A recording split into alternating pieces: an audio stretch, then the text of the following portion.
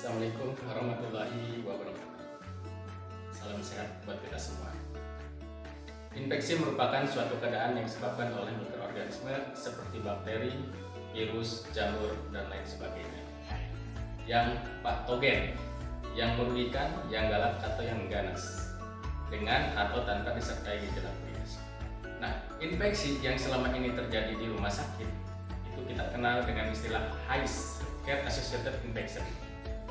HAIS merupakan infeksi yang terjadi akibat perawatan dari rumah sakit di mana pasien pada saat masuk tidak dalam masa inkubasi atau tidak dalam masa infeksi. Baik itu infeksi yang terjadi setelah pasien pulang ataupun infeksi yang terjadi pada petugas karena pekerjaan. HAIS merupakan masalah bagi rumah sakit atau problem dari rumah sakit. Maka dari itu, rumah sakit harus melaksanakan pencegahan dan pengendalian infeksi. Siapa yang harus melaksanakan pencegahan dan pengendalian infeksi?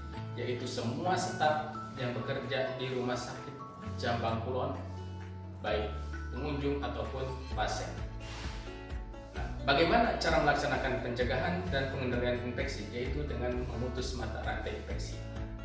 Yang paling sederhana untuk memutus mata rantai infeksi adalah dengan cara hand hygiene.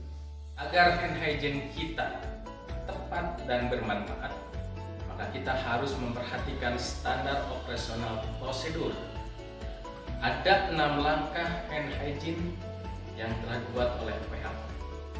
Hand hygiene ada 2 cara. Yang pertama dengan menggunakan air mengalir dan sabun antiseptik. Yang kedua adalah dengan cara menggunakan hand rub, cairan berbasis alkohol. Cuci tangan dengan menggunakan air yang mengalir dan cairan antiseptik atau sabun antiseptik. Kita kenal dengan hand wash.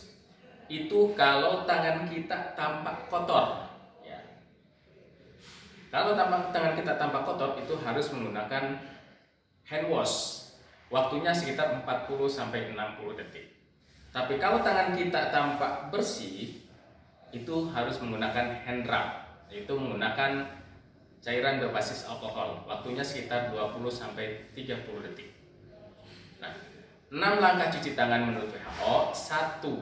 Kita ambil hand rub secukupnya, ratakan atau gosok kedua telapak tangan kita. 1, 2, 3, 4. Langkah kedua yaitu dengan cara menggosok punggung tangan sampai selai jari. 1, 2, 3, 4. Kiri kanan tentunya ya. 1, 2, 3, 4. Searah. Jadi agak dihempaskan. Nah, langkah yang ketiga adalah selai jari. Ya, digosokkan telapak tangan ke selai jari satu arah. 1, 2, 3, 4. Langkah keempat adalah kunci. Ya, jadi dengan menautkan kedua tangan kita seperti ini. Nah, ini bagian yang masih belum tersentuh adalah pinggiran telapak tangan yang bagian luar nih, selai jari. Ya, ini masih belum tersentuh. Makanya ibu jari jangan menyentuh punggung tangan lagi karena punggung tangan tadi sudah. Ya, jadi seperti ini muter. 1, 2, 3, 4. Ya. Langkah kelima adalah putar ibu jari. Nah, ada bagian yang belum tersentuh yaitu pinggiran telunjuk. Makanya kita sentuh dengan ibu jari ya. Ibu jari kanan kita sentuh, tarik ke bawah. Ibu jari yang kiri yang di bawah kita putar, pegang sambil putar. 1, 2, 3, 4. Gantian kiri kanan ya. 1, 2, 3, 4. Nah, itu langkah yang ke-5. Langkah terakhir yang ke-6 adalah dengan putar ibu jari. Jari tangan jangan sampai merapat, agak renggang dikit.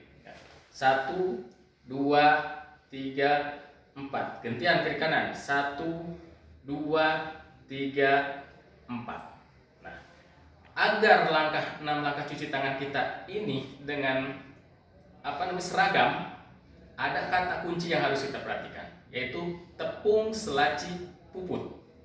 Tepung telapak tangan, punggung tangan, selaci, selai jari, dan kunci. Puputnya putar ibu jari dan putar ujung jari.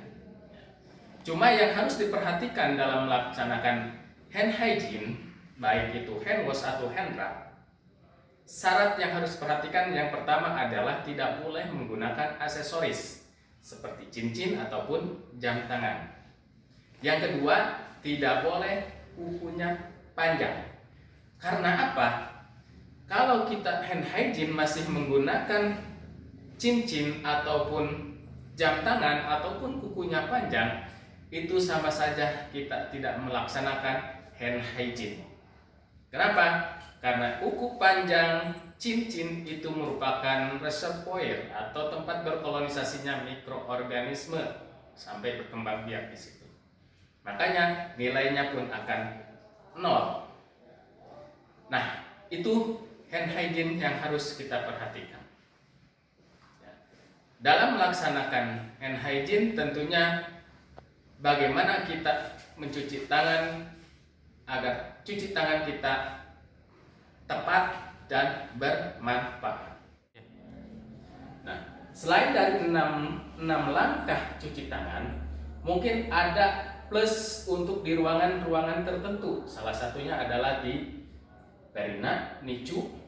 Kenapa? Karena di Perina Nicu itu petugas masuk tangan ke inkubator itu sampai ke sikut. Makanya plusnya adalah langsung ke sikut. Sama dengan di kamar operasi. Ada 6 plus. Selain cuci tangan 6 langkah ataupun 6 langkah dengan plus, ada 5 momen yang harus kita perhatikan. Momen yang pertama adalah sebelum kontak dengan pasien, kita harus melaksanakan cuci tangan. Momen kedua adalah sebelum melaksanakan tindakan aseptik. Dan momen ketiga setelah kontak dengan cairan tubuh pasien. Momen keempat setelah kontak dengan pasien. Dan momen kelima setelah kontak dengan lingkungan pasien.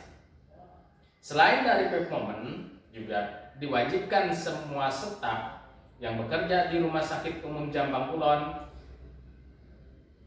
baik sebelum datang ke rumah sakit dan setelah pulang dari rumah sakit, juga harus cuci tangan. Satu lagi, sebelum dan sesudah menggunakan APD wajib cuci tangan. Itu saja 6 langkah cuci tangan dan 5 momen yang bisa saya sampaikan. Atas perhatiannya saya ucapkan terima kasih. Billahi taufiq wal hidayah. Wassalamualaikum warahmatullahi wabarakatuh.